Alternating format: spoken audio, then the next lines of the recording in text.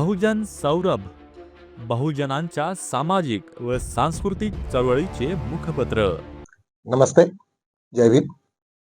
मैं advocate doctor Siddharth कामले, दैनिक बहुजन सौरभ का मुख्य संपादक। आज की खबरें लेके आए हैं। आज पूरे विश्व में जिस तरीका से चल रहा है, जो भी माहौल है अभी, वो युद्ध का माहौल। उसके बारे में थोड़ा-सा 1-2-3 मिनट हम लोग चर्चा करेंगे। इसमें हम लोग देख रहे हैं कि यूनाइटेड नेशन ने काफ़ी डोनाल्ड ट्रंप को फटकार लगाई कि इस तरीका से तुमने युद्ध को स्टार्ट कर दिया, किसी को बताया तक नहीं, और जिस तरीका से किया है, जिसकी वजह से आगे में महायुद्ध के तरफ में तुम लोगों ने सब ये प्रस्थान हो रहा है तुम्हारा, ये बिल्कुल गलत है। यही नहीं तो ईरान के सभी लोग अभी आज रशिया के साथ में उनका डिस्कशंस हो रहा है, और उनको ये किया है। पहले चाइना ने बोल दिया है उनको, सेकंडली नॉर्थ कोरिया ने भी उनको ये बोल दिया, उनको समर्थन दे दिया। तो इसी तरीका से अभी ईरान के तरफ में सभी लोगों का समर्थन है। आज तक जो यूनाइटेड नेशन मतलब अमेरिका को, ब्रिटेन, फ्रांस, इन लोगों का जो सपोर्ट था, वो मेरे ख्याल से अभी वो सब थोड़े से डिस्टर्ब हो गए, क्योंकि किस तरीका से इसमें से बाहर आ जाए।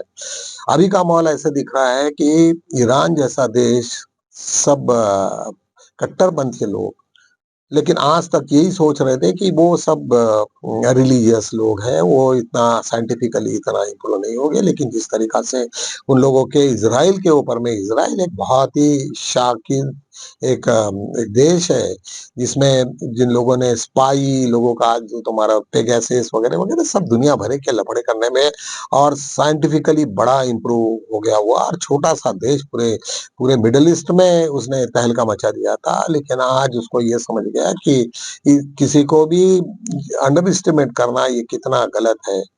आज जिस तरीका से अमेरिका ने जो B-2 के फ्लाइट्स उड़ा के परमाणु बम होने का जो एहसास बताया था ईरान के ऊपर में, वो भी सब फ्लॉप हो गया, जिसके वजह से और ये हुआ। अभी सबसे बड़ी दिक्कत जो है अमेरिका के, कि जो मिडल ईस्ट में उनके जो सेंटर्स है हर जगह पे, तो वो अनसेफ हो रही है। वो इसलिए अनसेफ है क्योंकि वो काफ़ी नज़दीक है, मतलब ईरान और इज़राइल के बीच में ही है वो। हालाँकि उनको मारने के लिए ईरान के पास में समय भी नहीं लगेगा। तो ऐसे सिचुएशन में वो आज 1 लाख के ऊपर में अमेरिकन सैनिक जिधर-उधर फँसे हुए हैं, वो यदि इधर मर जाते हैं या उनके ऊपर में कुछ क्षति पहुँचती है, तो निश्चित रूप से ये बहुत बड़े दुखद बात होगी, और डोनाल्ड ट्रंप के लिए और उसके गवर्नमेंट के लिए एक बहुत ही बड़ी बात होगी। मित्रों, मुझे एक बात बड़ी अच्छी लग रही है कि ईरान ने इतने सारे हमले किए, लेकिन जिन लोगों की कैजुअल्टीज़ हो गई, डेथ जितने लोगों के हो गए इज़राइल में डेथ की संख्या बहुत कम हो गई। क इसका ये मतलब है कि ईरान ने वो अभी तक एक ह्यूमैनिटेरियन का जो ये था उनका जोश, और आदमियों को नहीं मारने का, ये बड़ा एक्सपोज़ हुआ, और ये बहुत अच्छी बात है, क्योंकि उन्होंने कभी सिविलियंस के ऊपर में नहीं मारा। एक सिर्फ़ हॉस्पिटल के ऊपर में उनका ये हुआ है, लेकिन जितने भी कैजुअल्टी जो जितने लोग मरे इज़राइल में, वो केवल बहुत ही कम है उनकी संख्या, लेकिन इंस्टीट्यूशन जितने थे वो पूरे के पूरे बर्बाद हो गए। सेकंडली, इज़राइल के पास में जितना भी सीसी कैमरेज और ये वो सब थे, खुफी कैमरेज थे, वो सब के सब ईरान ने उसको लेने के इसमें मूड में है। वो यदि हो जाता है तो निश्चित रूप से उन लोगों को जो भी बिल्डिंग्सों में जो भी कुछ काम चल रहा है, वो सब का सब उध्वस्त हो जाएगा। ये इसका मतलब ये हो रहा है कि ईरान को उसको पूरा बर्बाद नहीं करना, लोगों को नहीं मारना है। उन लोगों को केवल इनका जो सीक्रेट एजेंसीज और ये जिस तरीका से वहाँ पे गंदा खेल खेले जाते हैं, अमेरिका के का डर बता के लोगों को, मिडल ईस्ट लोगों को डराने का जो चल रहा है, वो एक्सपोज़र काफ़ी ये हो गया। तो मुझे ऐसा लगता है कि ईरान एक इंसानियत के तरफ से उसको देखना चाहिए। हालाँकि जिस तरीका से में गाज़ा में पैलेस्टीनियन को इज़राइल ने जो मारा और हज़ारों लोग मरे, उनके जब पिक्चर्स आज भी हम देखते हैं तो ऐसा लगता है कि ये हैवानियत का वो ये उन्होंने पूरा प्रदर्शन किया था। तो इस टाइप का तो कम से कम ईरान में नहीं किया, एक मुस्लिम देश है। मित्रों, मैं अभी-अभी स्पेन से आया, मुझे पता चला कि मैं वहाँ पे जब था, तब कई लोगों ने उन्होंने मुस्लिम साम्राज्य ने करीबन 700 साल वहाँ पे का राज्य किया, लेकिन उन्होंने कभी किसी को नुकसान नहीं पहुँचाया, ना उनके बड़े-बड़े गिरजाघर हो या फिर बड़े उनके ये रहे चर्चेस रहे, उनको क्षति नहीं पहुँचाई। हालाँकि उन लोगों ने एक इस तरीका से अपने आप को प्रस्ताव किया। आज ब्रिटिशर्स भी इंडिया में आए, 200 साल तक उन्होंने काम किया, उन्होंने क्षति नहीं पहुँचाई। यहाँ पे जो भी गंदी सिस्टमें थी, मनुवादी संस्कृति थी, उसके अगेंस्ट में ब्रिटिशों ने किया। यहाँ पे भी काफ़ी उन लोगों का योगदान रहा। इन लोगों ने जिस तरीक़ा के आज बड़े-बड़े, आज बम्बई जो देखिए, दिल्ली देखिए, वहाँ पे बड़े-बड़े जो बिल्डिंग्स रहे या रेलवे हो या एयरपोर्ट हो या सब उन्होंने उनके ये है।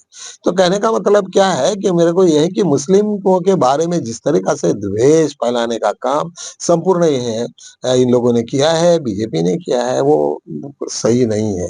हालाँकि उन लोगों ने इतना होने के बावजूद भी इंडिया में वो बेचारे साइलेंट है। अभी तक वो सब्ज़ी बेचना और ये वो छोटे-मोटे काम करके अपना कैसा तो भी गुज़ारा करते हैं।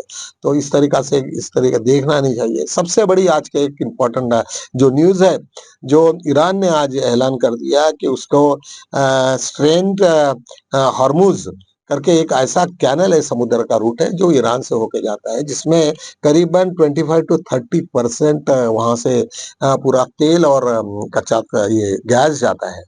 तो उसको उन्होंने पार्लियामेंट में उन्होंने अप्रूव कर लिया है कि अभी किसी का भी वहाँ से जाएगा नहीं और वो जो सब यूनिफ़ॉर्म ये करेंगे और वो जो ढंग से करेंगे। इम्पोर्टेंट मतलब इंडिया का सबसे मतलब ऑयल गैस 40% गैस हमारा वहीं से आता है और 30% और 50% के पास में करीबन हमारा क्रूड ऑयल आता है। यदि यार ये सिचुएशन रहा तो इंडिया में बहुत ही क्राइसिस हो गए, क्योंकि इंडिया ने बिना मतलब का कम से कम और ईरान को या ईरान के अगेंस्ट में जिस तरीका से स्टेटमेंट करना और चिल्लरबाजी करना, उसको बोलने का कि तुम शांति प्रस्ताव करो। अरे झगड़ा ही जब इज़राइल ने चालू किया तो तुम इसको क्या बोल रहे हो तुम लोग?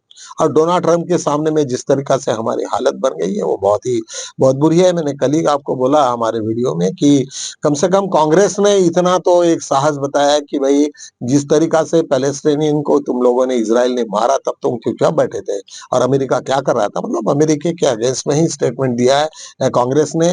लेकिन बीजेपी भी कुछ नहीं, वहाँ पे लोग कुछ नहीं है। एक आदमी अडानी का वहाँ पे पोर्ट, एलआईसी का पैसा, ये सब सिचुएशन होने की वजह से केवल अडानी के लिए ये पूरा देश बना कि क्या, इस तरीका से सब भ्रामक लोगों के कमेंट्स हैं और बहुत गंदा है। जब एक आदमी पूरे देश में एक पर्टिकुलर आदमी को जब बढ़ाने के लिए ये सब करते हो, तो देश का बहुत ही हाल होता है। इतना बुरा हाल होगा, जब ये सरकार गिरेगी तब पता चलेगा कि देश में क्या कितना कंगाल करके रखे। एक लुटेरे जैसा ही यहाँ पे काम हो रहा है। निश्चित रूप से ये बड़ी खेदजनक बात है।